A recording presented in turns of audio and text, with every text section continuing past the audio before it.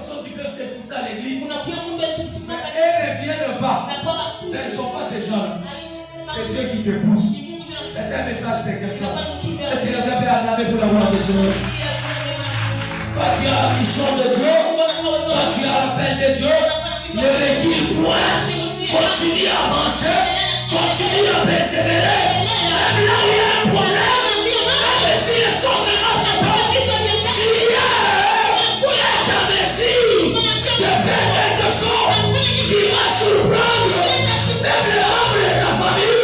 Tu es en train de parler du mal contre les dieux à qui tu sais que l'éternel Dieu se souvient de toi, que récompense ouvre des horizons parce que tu les cherches, il les cherche en vérité et en esprit.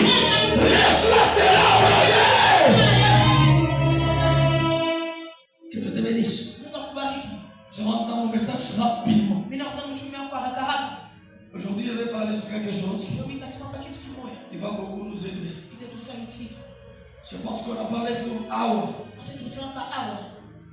On a dit Awa qui signifie. Hier, là, on a parlé sur Awa. Awa qui signifie. Le mercredi, c'est en hébreu. Awa. C'est une dimension d'adoration. Awa. Qui signifie se prosterner. Amen.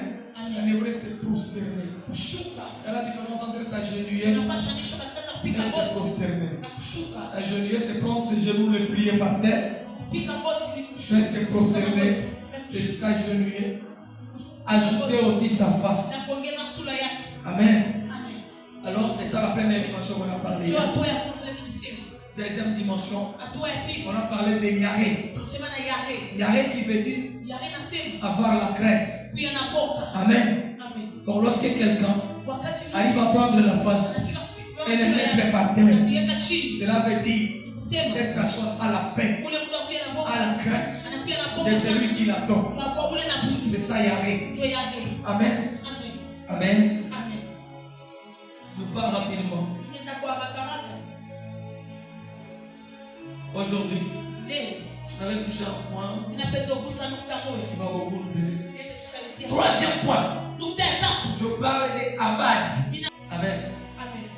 Qui signifie essentiellement servir. Il est utilisé souvent dans la vie publique, c'est-à-dire servir comme un militaire. Vous savez, les militaires et les soldats, deux fois ils ont des principes et des instructions. Amen. Et de loi aussi. Donc, lorsqu'un militaire se met à servir, qu'est-ce que signifie servir? En quelque sorte, c'est là qui sert Dieu. Ils sont en train de rendre un culte complet à Dieu. Agréable à l'éternel. C'est pourquoi Dieu veut former une armée de soldats qui vont les défendre dans les jours à venir. Et défendre sa parole jusqu'à la fin de leur vie. Comme les combattants comme Paul. Comme les combattants qui sont morts dans les champs de bataille à cause de la parole de Dieu. Ils ont la crainte de Dieu. Ils ont la parole de Dieu. Et ils se sont humiliés. Même dans les combats, ils vont continuer à adorer l'Éternel. Est-ce qu'il y a quelqu'un qui me comprend? Donc ça nous parle de soldats bien formés.